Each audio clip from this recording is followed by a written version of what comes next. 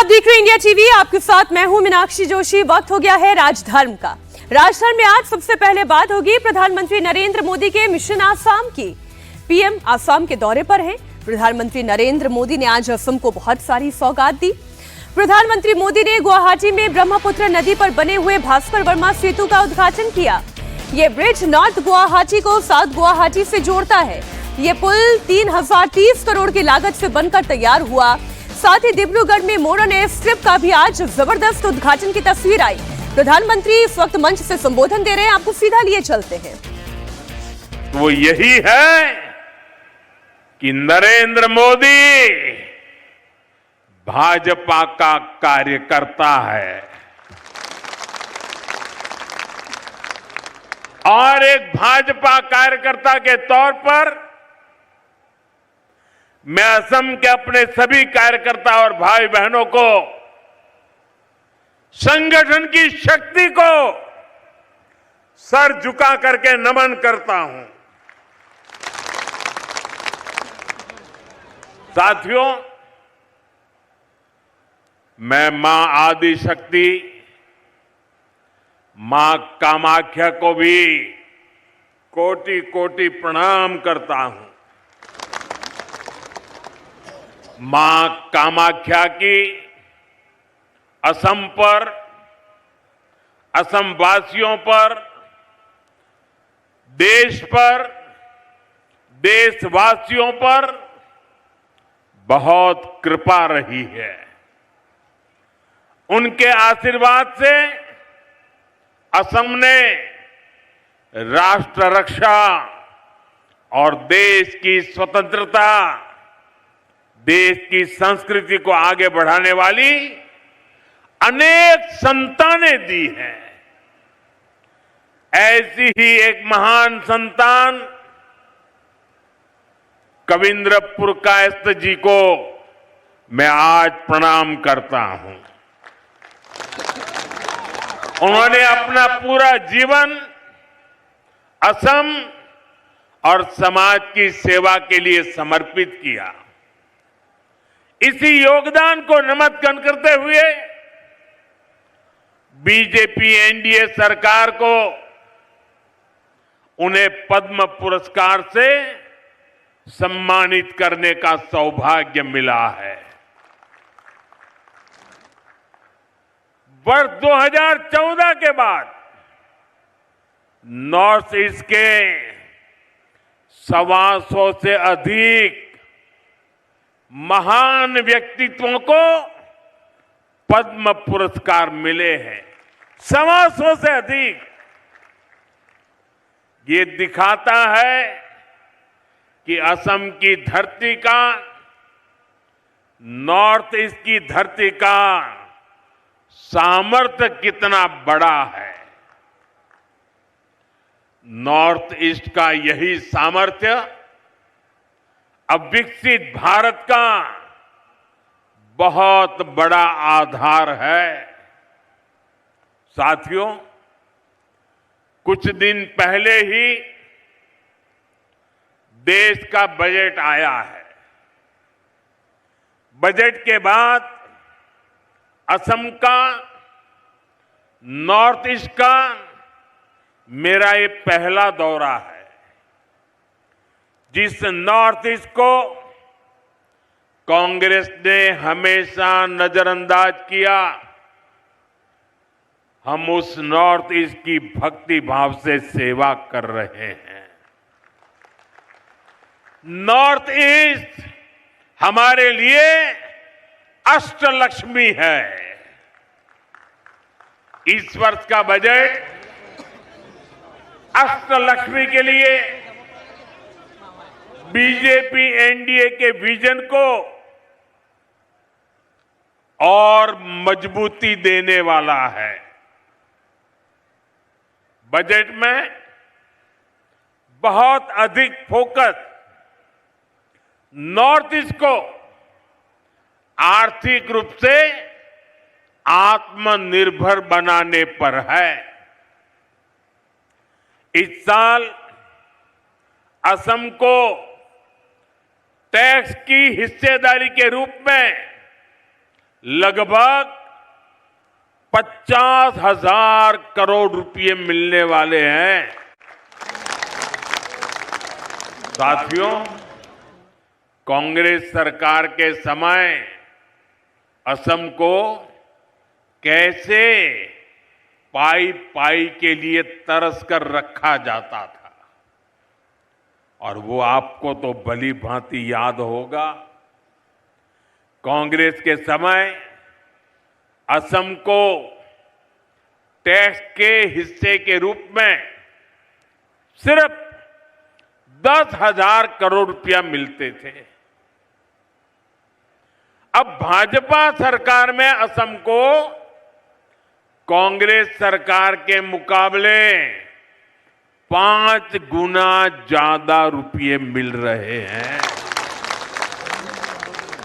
अगर मैं पिछले 11 वर्ष की बात करूं तो असम को तमाम विकास परियोजनाओं के लिए केंद्र सरकार से 5.5 लाख करोड़ रुपए से अधिक मिले हैं। ये आंकड़ा आपको याद रहेगा? मैं जो आंकड़ा बोल रहा हूं याद रहेगा आपको? फिर से एक बार बोलता हूं, केंद्र सरकार से 5.5 लाख करोड़ रुपए से अधिक मिले हैं। कितने? कितने? पीछे से आवाज आनी चाहिए। कितने? आप मुझे बताइए कितने? और जोर से बोलिए कितने? साथियों, आप मुझे बताइए, जो कांग्रेस असम के विकास के लिए पैसे देने से भी बचती हो, वो कांग्रेस क्या असम का विकास कर सकती है? असम का विकास कर सकती है? कभी भी कर सकती है? आपका भला कर सकती है? यहां के युवाओं का भला कर सकती है? यहां के किसानों का भला कर सकती है? यहां के गांव का भला कर सकती है? साथियों, इस साल के बजट में नॉर्थ ईस्ट की कनेक्टिविटी को और अधिक मजबूती देने का काम किया गया है। कनेक्टिविटी बढ़ती है तो रोजगार के अवसर भी बढ़ते हैं। इसलिए असम में हाईवे और अन्य रोड प्रोजेक्ट के लिए करीब हजारों करोड़ रुपए देना तय हुआ है। बजट में जो घोषणा हुई है उससे असम में टूरिज्म का भी विस्तार होगा। अभी आपने देखा होगा, परीक्षा पे चर्चा का कार्यक्रम गुवाहाटी में हुआ था। हमने ब्रह्मपुत्र नदी में क्रूज पर विद्यार्थियों से चर्चा की थी। आने वाले समय में ब्रह्मपुत्र पर ऐसे ही रिवर टूरिज्म को और बढ़ाया जाएगा। मैं ऐसे ही वहां नहीं गया था, मैं देश को बताना चाहता था कि टूरिज्म के लिए इससे बेहतर जगह नहीं है। आओ, ये मेरा असम है, ये मेरी ब्रह्मपुत्र है। आइए, इस बार के बजट में इसके लिए भी व्यवस्था की गई है। साथियों, आज के दिन देश की नजरें असम पर है। सबने देखा कि असम का नॉर्थ ईस्ट का सामर्थ्य क्या है। थोड़ी देर पहले जब मैं वायुसेना के विमान से मोरान के हाईवे पर उतरा, रनवे पर नहीं, हाईवे पर विमान से उतरा, तो एक नया इतिहास बन गया।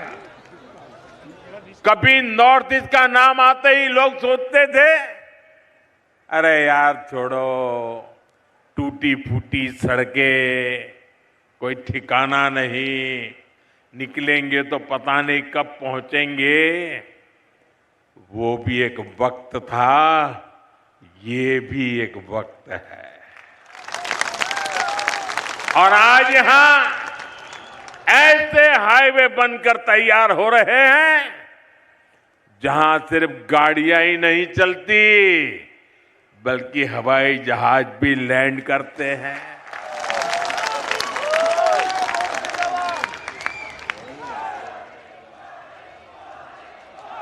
साथियों, आप मुझे बता दीजिए, आपके हाईवे पर विमान लैंड हो, ये आपको गर्व हुआ कि नहीं हुआ? गर्व हुआ कि नहीं हुआ? तो जरा अपना मोबाइल निकालिए और फ्लैश लाइट कीजिए। आपको गर्व हुआ है ना? मोबाइल फोन निकालिए और फ्लैश लाइट कीजिए सबके साथ, दूर दूर तक। ये गर्व की पल है, ये असम का बदलता हुआ मिजाज है। हाथ बराबर ऊपर करके दिखाइए।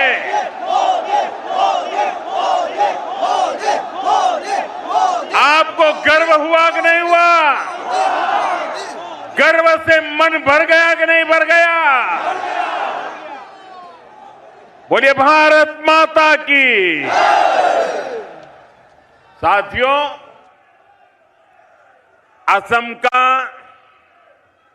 इतना विकास इसलिए हो रहा है क्योंकि यहां आप सभी की मेहनत से बीजेपी सरकार बनी है। यहां के नागरिकों ने भाजपा पर भरोसा किया है। आपने मेरा बूथ सबसे मजबूत, मेरा बूथ, मेरा बूथ, मेरा बूथ सबसे मजबूत की भावना से बूथ बूथ जाकर एक एक परिवार को मिलकर, एक एक मतदार को मिलकर बीजेपी के हर समर्थक को अपने साथ जोड़ा, उन्हें उनके वोट की ताकत का परिचय करवाया और इसी प्रयास से ही असम में बीजेपी की सरकार बनी। असम के इसी आशीर्वाद के कारण, असम के नागरिकों के वोट के कारण यहां लाखों गरीबों के घर बने, लाखों परिवारों में शौचालय की व्यवस्था हुई, पीने का साफ पानी उनके घर तक पहुंचा।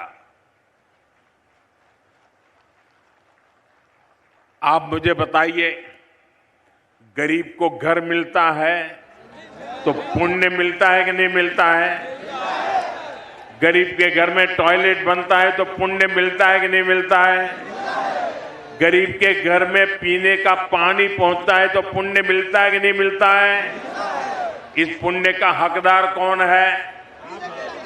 इस पुण्य का हकदार कौन है? एक पुण्य का हकदार कौन है?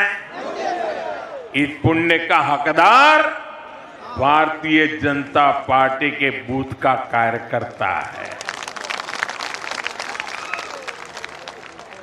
गरीबों को आयुष्मान योजना का लाभ मिला, उन्हें सुरक्षा और आत्मविश्वास मिला। इसलिए इस बार भी आपको ऐसे ही अपने बूथ पर एक एक वोट पर ध्यान रखना है। रखोगे? अब और कुछ मत करो, बस पूरी ताकत बूथ में लगा दो।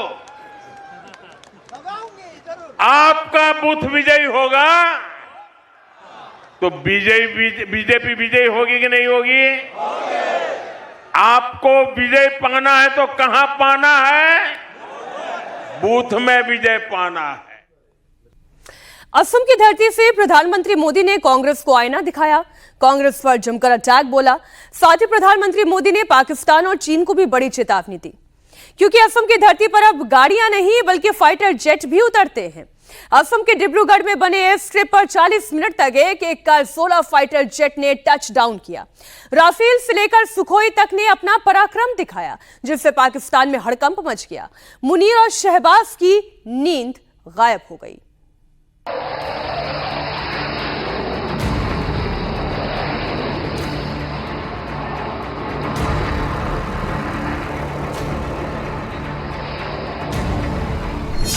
पाकिस्तान के खिलाफ एक और ऑपरेशन की तैयारी।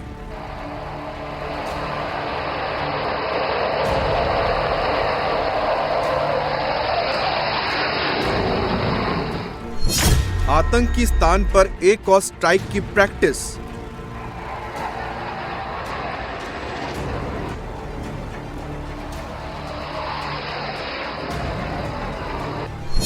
एयरफोर्स का पराक्रम, पाकिस्तान में मचा हड़कंप।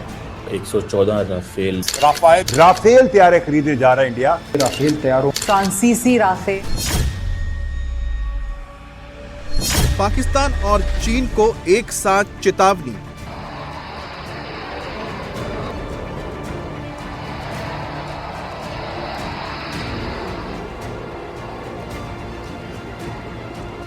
ऑपरेशन सिंदूर पार्ट 2 का काउंटडाउन शुरू।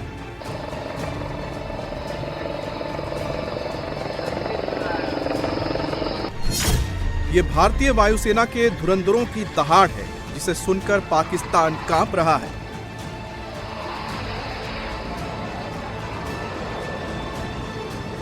ये इंडियन एयरफोर्स का पराक्रम है, जिसे देखकर मुनीर की नींद गायब हो गई है।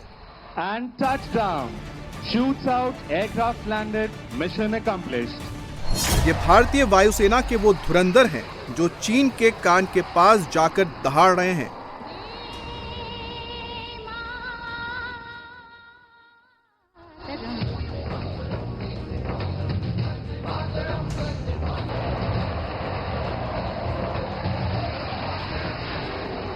ये भारत की वो वायु शक्ति है जिसे देखकर पाकिस्तान और चीन के चीखें निकल गई हैं। भारतीय वायुसेना ने पाकिस्तान के खिलाफ एक और ऑपरेशन की तैयारी शुरू कर दी है। दुनिया के मैप से आतंकी स्थान का नामो निशान मिटाने के लिए इंडियन एयरफोर्स ने प्रैक्टिस शुरू कर दी है।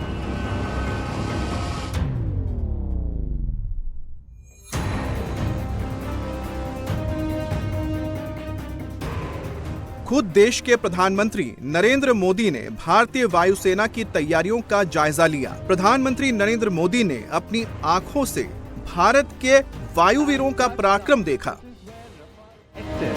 Short landing distance and high authority. Perfectly suited for dispersed operations from all types of landing strips. Indian air force ने इस बार ये प्रैक्टिस पाकिस्तान के बॉर्डर पर नहीं, बल्कि पाकिस्तानियों के दोस्त चीन के कान के पास की। दरअसल आज प्रधानमंत्री नरेंद्र मोदी ने असम के डिब्रूगढ़ में नेशनल हाईवे पर बनी अत्याधुनिक हाईवे एयर स्ट्रिप का उद्घाटन किया। NH 127 के 4.4 किलोमीटर लंबे हिस्से पर मोरान एयर स्ट्रिप बनाई गई है। ये पूर्वोत्तर भारत की पहली हाईवे एयर स्ट्रिप है, जो चीन से महज 300 किलोमीटर ही दूर है। ये सिर्फ किसी एयर स्ट्रिप का उद्घाटन नहीं था, बल्कि ये भारत की वायु शक्ति, रणनीतिक तैयारी और पूर्वोत्तर की सुरक्षा क्षमताओं का ऐसा प्रदर्शन था जिसने मौके पर मौजूद लोगों के साथ साथ पूरे देश को गर्व से भर दिया। एयर स्ट्रिप के उद्घाटन के बाद वहां भारतीय वायुसेना का सबसे दमदार एयर शो देखने को मिला।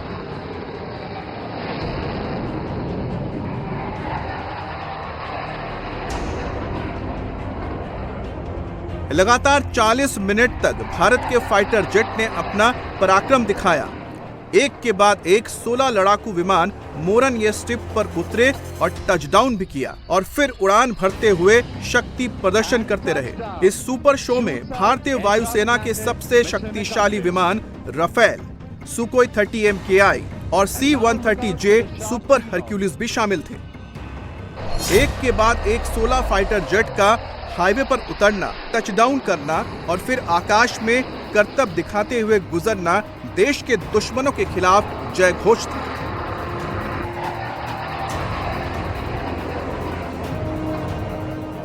ये एक इमरजेंसी लैंडिंग फैसिलिटी यानी कि ELF है, जो सेना और सिविल विमानों दोनों के लिए इस्तेमाल की जा सकती है। ELF का मतलब है कि युद्ध और इमरजेंसी जैसे हालात में हवाई जहाज को हाईवे पर ही उतारा जाएगा और यहीं से उड़ान भरने की व्यवस्था होगी। प्रधानमंत्री नरेंद्र मोदी ने न सिर्फ जंग की तैयारियों को देखा, बल्कि पाकिस्तान का नामो निशान मिटाने के लिए एक और बड़ा फैसला लिया है, जिसकी गूंज इस्लामाबाद से लेकर रावलपिंडी तक, पेशावर से लेकर कराची तक सुनाई दे रही है। मोदी ने रातों रात पाकिस्तान के मुनीर, मसूद और हाफिज के डेथ वारंट पर साइन किया है। दरअसल नरेंद्र मोदी ने एक ऐसी महाडील कर ली है जिसे mother of all defence deal कहा जा रहा है। इस डील से मुनीर की रातों की नींद उड़ गई है और पाकिस्तान में सबकी हार्ट बीट बढ़ गई है। अगली बार पाकिस्तान से युद्ध में 36 नहीं, 100 नहीं, बल्कि 176 राफाल फाइटर जेट हमला करेंगे। ना रावलपिंडी बचेगा, ना इस्लामाबाद बचेगा। इंडियन एयरफोर्स के पास पहले से ही 36 रफाल फाइटर जेट्स मौजूद हैं। इंडियन नेवी के लिए 26 रफाल फाइटर जेट्स के मरीन वर्जन का ऑर्डर पहले ही दिया जा चुका है और अब भारत फ्रांस से 114 राफेल लड़ाकू विमान खरीदने के लिए एक बड़ी डील को मंजूरी दे चुका है। 114 में से 18 रफाल फाइटर जेट्स तैयार हालत में मिलेंगे, यानी कि उन्हें फ्लाईवे कंडीशन में भारत लाया जाएगा, जबकि बाकी बचे 96 रफाल फाइटर भारत में ही बनाए जाएंगे। ऑपरेशन सिंदूर में पाकिस्तान राफेल की ताकत देख चुका है और अब 114 नए राफेल की खबर सुनते ही पाकिस्तान में सबके हाथ पैर फूलने लगे हैं। फ्रांस से इंडिया 114 राफेल फाइटर जेट्स खरीदने की तैयारी कर रहा है, जिनकी कुल मालियत तकरीबन 3 लाख करोड़ से ज्यादा होगी। इसका एक और फायदा ये होगा कि वो मेड इन इंडिया तैयार करेंगे जेट्स। कुछ जेट्स मेड इन इंडिया तैयार किए जाएंगे, कुछ इंपोर्ट्स किए जाएंगे। तो इस पे आवाम की राय लेते हैं कि क्या अब हमें खतरा है, हमारी आर्मी को, हमारे डिफेंस सिस्टम को इस चीज़ से खतरा हो सकता है कि अगर फ्यूचर में जंग होगी तो उसके जो नतीजे हैं वो जो पास्ट में हमारे जंग में हुए थे वैसे ही होंगे, या फिर नतीजे चेंज हो सकते हैं और इंडिया को हम पे बढ़तरी हो सकती है कि नहीं, आवाम से जानते हैं। अस्सलाम वालेकुम। वालेकुम अस्सलाम। क्या कहेंगी? देखिए, इस पे कहना क्या है कि अच्छी बात है, हर एक मुल्क का फर्ज बनता है कि वो अपना जो डिफेंस सिस्टम है उसको स्ट्रॉन्ग रखें। और आजकल का दौर ऐसा है कि हर कोई ऐसी लाइक कह लें कि वो चाहते हैं कि हमारा डिफेंस सिस्टम इतना स्ट्रॉन्ग हो कि कोई हमारी तरफ आंख उठा के भी ना देख सके। राजधर्म में अब बात होगी दिल्ली यूनिवर्सिटी में जाति के नाम पर मचे हुए बवाल की। प्रधानमंत्री नरेंद्र मोदी ने एक नारा दिया था, एक है तो सेफ है। उत्तर प्रदेश के मुख्यमंत्री ने भी एक नारा दिया था, बटेंगे तो कटेंगे। लेकिन बहुत दुख होता है ये बताते हुए कि यूजीसी रेगुलेशन के समर्थन और विरोध की वजह से देश की प्रतिष्ठित यूनिवर्सिटी डीयू में छात्रों के बीच जातीय संघर्ष हो गया है। रुचि तिवारी नाम की एक यूट्यूबर पत्रकार का आरोप यह है कि लेफ्ट के छात्र संगठन के प्रदर्शनकारियों ने उन्हें घसीटा, उनके कपड़े खींचे गए, उनके बाल नोचे गए, उनके साथ अभद्र व्यवहार किया गया और ये सब उनके साथ उनकी जाति पूछ कर किया गया।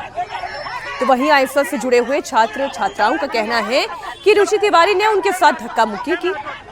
सच क्या है, झूठ क्या है, जातीय संघर्ष कैसे दिल्ली यूनिवर्सिटी के कैंपस में घुस गया है, उसकी एक एक तस्वीर मैं आपके सामने रखूंगी और पहली तस्वीर आपके सामने है।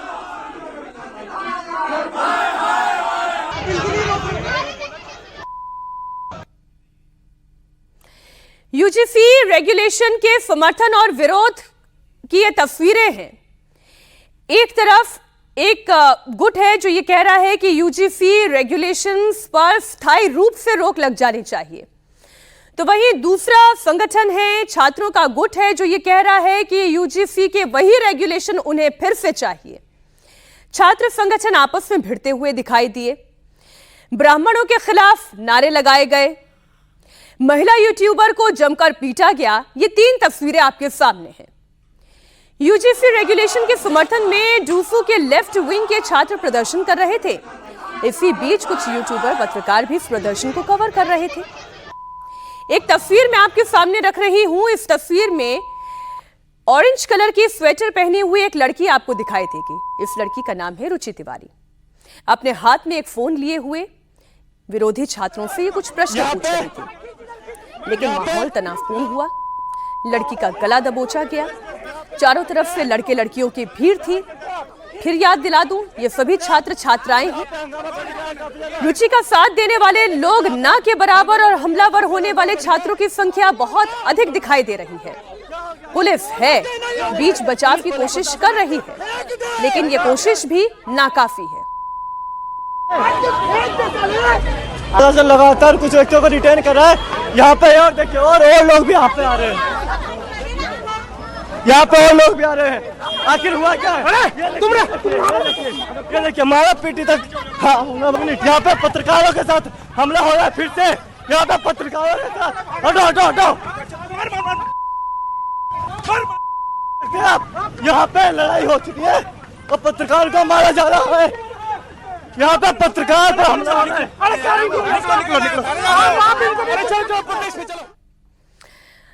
एक तस्वीर अब और आपके सामने रखती हूं। कोने में दीवार के पास एक लड़की आपको दिखाई दे रही है। ये रुचि तिवारी है। रुचि तिवारी को 5-6 लड़कियों का एक ग्रुप जकड़ा हुआ, खींचता हुआ, रुचि पर हावी होता हुआ दिखाई दे रहा है। जो आवाजें सुनाई दे रही है उसमें स्पष्ट है, वो बोल रहे हैं तुम ही थी ना, तुम्हें भी बताते हैं, आज तुम्हें समझाएंगे। इस तरह की आवाजें आ रही है। कैमरा हटाओ लगातार बोला जा रहा है।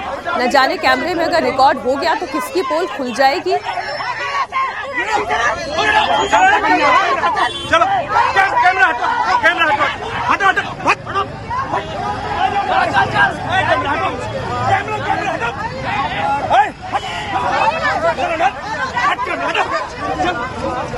धक्का क्यों मार रहे हैं? इसको पता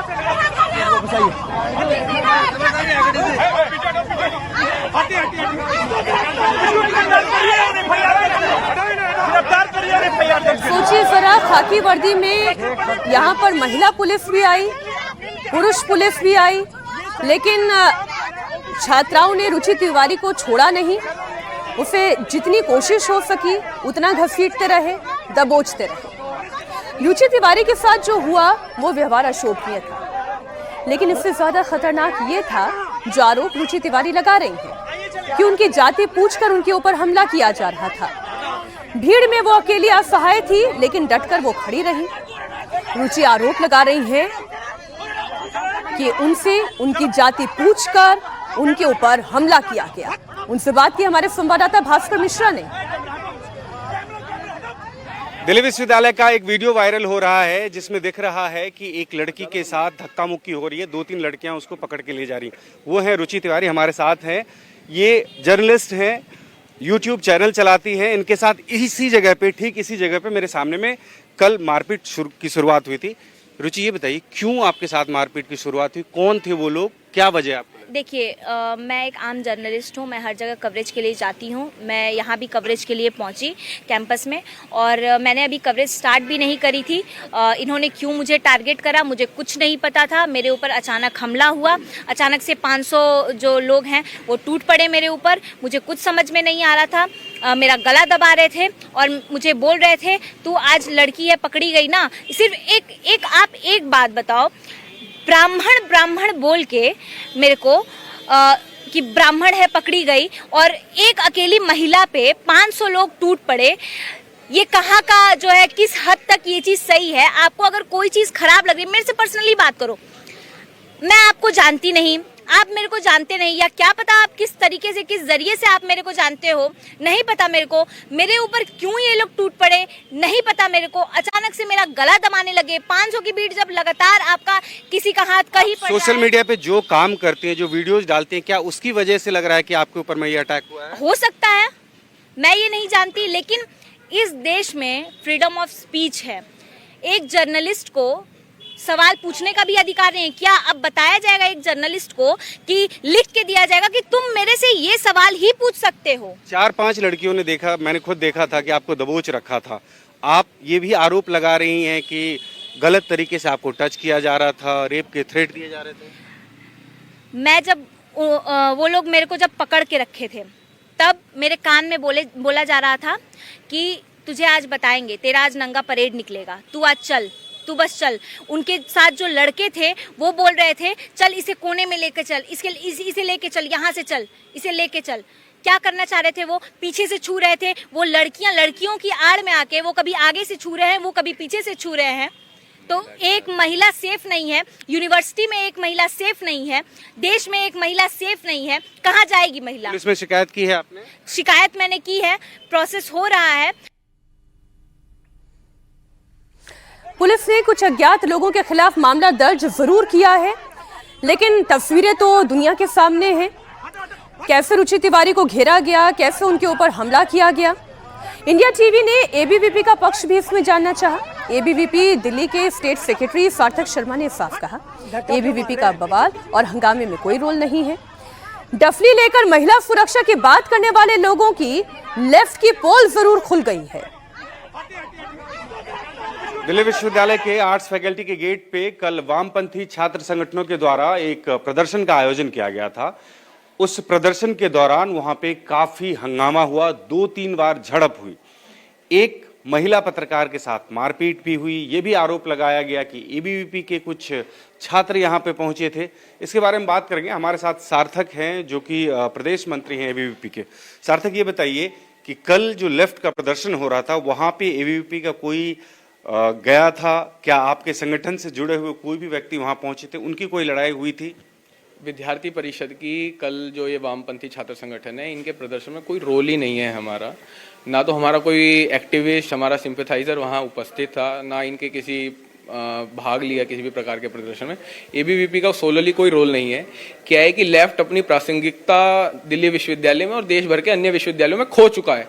तो अब इनको मीडिया लाइमलाइट चाहिए, मीडिया में हाइप चाहिए। तो इन्हें पता है कि इनको वैसे तो मिल नहीं रही है, देश भर में मुट्ठी भर लोग हैं जो इन्हें अभी पसंद कर रहे हैं और आने वाले समय में वो भी छोड़ देंगे। तो विद्यार्थी परिषद का नाम लेके खुद को मीडिया में बनाए रखने का प्रयास ये लोग कर रहे हैं। कल मारपीट के बारे में आप लोगों को क्या जानकारी मिली? एक महिला पत्रकार, ये बताया जा रहा है रुचिका तिवारी, उसके साथ मारपीट हुई है। क्या आप लोगों के संज्ञान में आए? क्या है कि बहुत ही अशोभनीय और निंदनीय घटना हुई है कि ये प्रदर्शन, जो लेफ्ट का प्रदर्शन था, उसको कवर करने के लिए ब्रेकिंग ओपिनियन नाम से शायद एक यूट्यूब चैनल चलाते हैं पत्रकार, महिला पत्रकार हैं, वो उसको कवर करने गई और उन्होंने शायद कोई प्रश्न उनसे पूछा, या तो वो प्रश्न उन लोगों को नागवार गुजरा, या हो सकता है कि उन महिला पत्रकार की उपस्थिति उन्हें नागवार गुजरी। रुचि तिवारी पर एबीवीपी का पक्ष तो हमने आपको सुना दिया और रुचि तिवारी का भी पक्ष हमने आपको सुना दिया, लेकिन एक और तस्वीर है जो इसी हंगामे से जुड़ी हुई है। इस तस्वीर को लगातार सोशल मीडिया पर सर्कुलेट किया जा रहा है। ये सवाल पूछा जा रहा है कि रुचि तिवारी एक लड़की को धक्का देती हुई नजर आती हैं, तो इस पर कुछ नहीं क्यों बोला जाता। कहा यह जा रहा है कि इसी बात को लेकर रुचि तिवारी पर हमला हुआ। ये तस्वीर भी आप देखें।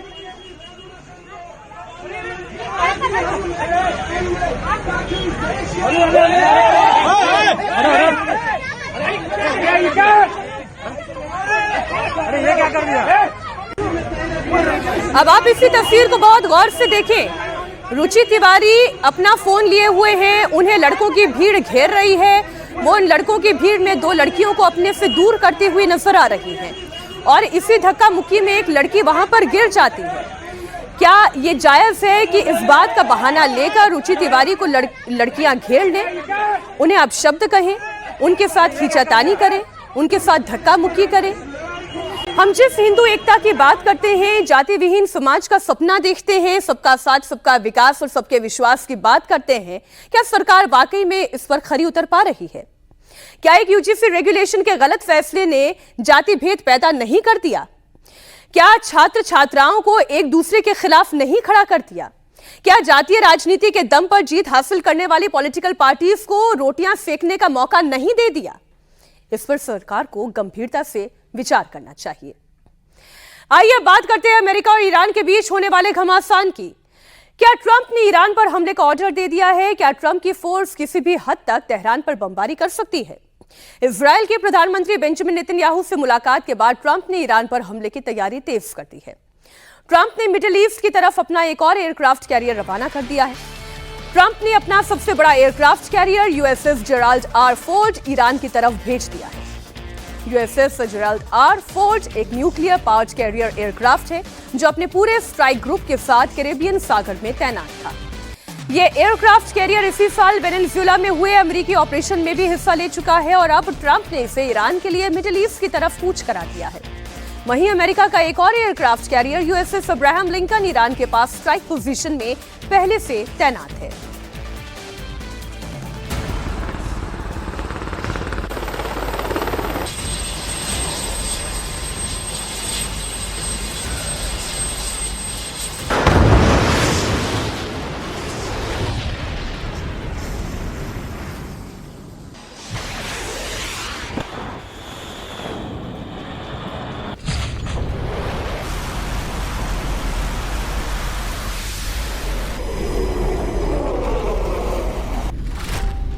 डोनाल्ड ट्रंप ने ईरान पर बहुत बड़े हमले का ऑर्डर दे दिया है।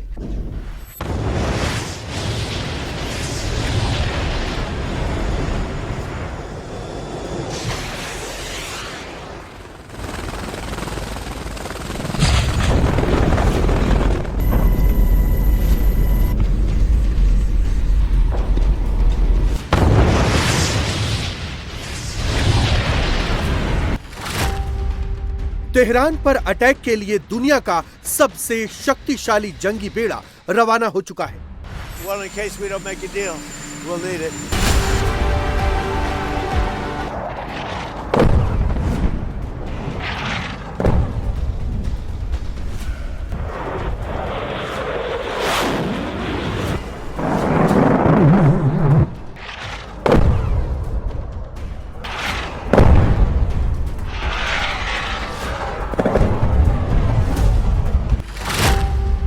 क्या ट्रंप अब खामेनेई के साथ मादुरो वाला प्लान रिपीट करने वाले हैं?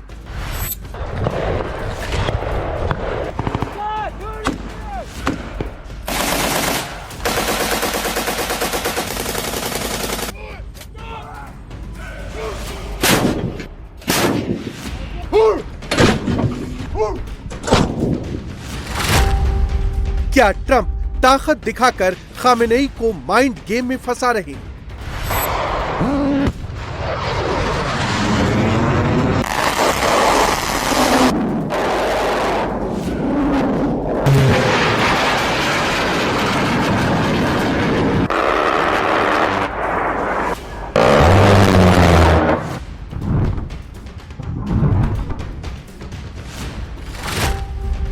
क्या ईरान को धोखे में रखकर ट्रंप वहां तख्ता पलट करने जा रहे हैं? Well, it seems like that would be the best thing that could happen. For 47 years they've been talking and talking and talking. पहले यूएसएस अब्राहम लिंकन और अब यूएसएस गेराल्ड आर फोर्ड। क्या इजरायली प्रधानमंत्री नेतन्याहू से meeting के बाद Trump ने अपनी सेना को अटैक का ग्रीन सिग्नल दे दिया है? आखिर डोनाल्ड ट्रंप ने यूएसएस अब्राहम लिंकन के बाद अपने सबसे बड़े पावरफुल जंगी बेड़े यूएसएस गेराल्ड आर फोर्ड को ईरान की तरफ क्यों रवाना किया?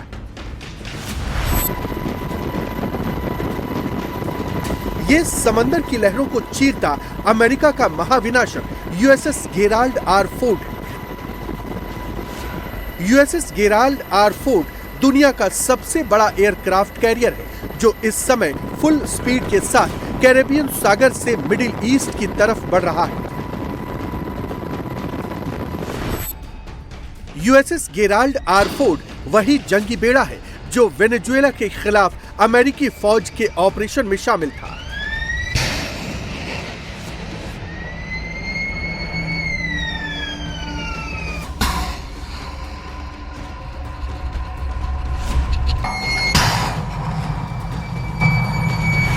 ट्रंप ने इसे पिछले साल कैरेबियन सागर में तैनात किया था। वेनेजुएला के प्रेसिडेंट निकोलस मादुरो को पकड़कर अमेरिकी फौज इसी जंगी बेड़े पर लेकर आई थी।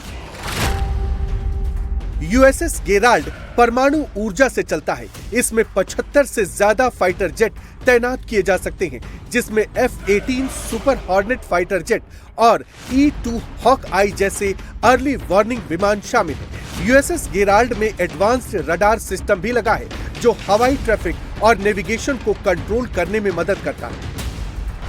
रिपोर्ट्स के मुताबिक ट्रंप अपने सबसे शक्तिशाली एयरक्राफ्ट कैरियर को ईरान की तरफ सिर्फ टाइम पास के लिए नहीं भेज रहे, बल्कि अब उन्होंने ईरान पर हमला करने का पक्का इरादा बना लिया है, क्योंकि USS Gerald R Ford America का वो स्ट्राइक ग्रुप है जो बड़े ऑपरेशंस के लिए तैनात किया जाता है। So, the second aircraft carrier that you decided to send, talk about why you made that choice. Well, in case we don't make a deal, we'll need it. If we don't have a deal, we'll need it. If we have a deal, we could cut it short. It'll be leaving very soon. We have one out there that just arrived. If we need it, we have it ready. A very big force. How confident are you that our negotiations with Iran will be successful? I think they'll be successful, and if they're not, it's going to be a bad day for Iran. Very bad. Trump ने ये फैसला उस वक्त लिया जब America की Iran के साथ बातचीत चल रही है।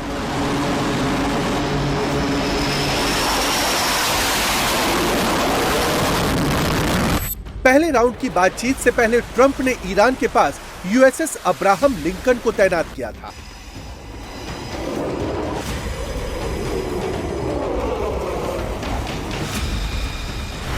बातचीत के बीच में ही ट्रंप ने अरब सागर में परमाणु ऊर्जा से चलने वाली ओहियो क्लास की सबमरीन भी भेज दी। पहले राउंड की मीटिंग के बीच में ही ट्रंप ने मिडिल ईस्ट के अमेरिकी एयरबेसेस पर कई स्ट्रैटेजिक बॉम्बर और फाइटर जेट भी उतार दिए, लेकिन ईरान अपनी पोजीशन छोड़ने को तैयार नहीं हुआ। ईरान ने क्लियर कर दिया कि वो सिर्फ न्यूक्लियर प्रोग्राम पर ही बातचीत करेगा, जिस पर नेतन्याहू राजी नहीं।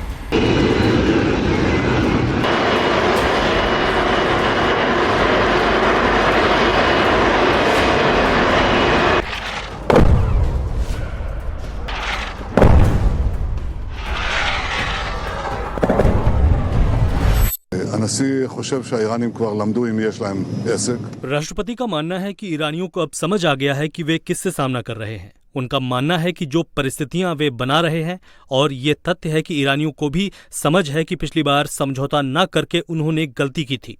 मिलकर एक अच्छे समझौते की स्थिति पैदा कर सकते हैं। लेकिन मैंने कहा है कि यदि वास्तव में कोई समझौता होता है तो उसमें वे बातें जरूर शामिल होनी चाहिए जो हमारे दृष्टिकोण से बहुत महत्वपूर्ण है, इजराइल के दृष्टिकोण से। और मेरी राय में केवल इजराइल ही नहीं, ये सिर्फ परमाणु मुद्दा नहीं है, इसमें बैलिस्टिक मिसाइलों का मुद्दा और ईरान के प्रॉक्सी भी शामिल हैं। वॉशिंगटन में नेतन्याहू से मीटिंग के बाद ट्रंप ने अब अपने स्टैंड में बड़ा बदलाव किया है। ट्रंप ने साफ कर दिया है कि ईरान को अपने यूरेनियम एनरिचमेंट पर पूरी तरह से पाबंदी लगानी होगी। ईरान में पहले से एनरिच्ड यूरेनियम को पूरी तरह से हटाना पड़ेगा। ईरान को अपनी लंबी दूरी की बैलिस्टिक मिसाइलों की रेंज को कम करना पड़ेगा। मिडिल ईस्ट में प्रॉक्सी बलों को मदद देना बंद करना पड़ेगा। रिपोर्ट्स तो ये भी है कि ट्रंप ने ईरान पर हमले का प्लान ओके कर दिया है। ट्रंप के पास ईरान के खिलाफ क्या क्या ऑप्शंस हैं, वो भी सुनिए। ट्रंप की सेना का पहला टारगेट ईरान की न्यूक्लियर साइट्स होंगी। दूसरा टारगेट ईरान की मिसाइल डिपो होंगे। पहले हमला इतना बड़ा होगा कि ईरान को संभलने का मौका तक नहीं मिलेगा, और इसके बीच ट्रंप ईरान में अपनी स्पेशल फोर्स भेजेंगे। ये स्पेशल फोर्स ईरान के मिलिट्री ठिकानों को ध्वस्त करेगी, और मुमकिन है कि खामेनेई को पकड़ने की कोशिश भी की जा सकती है।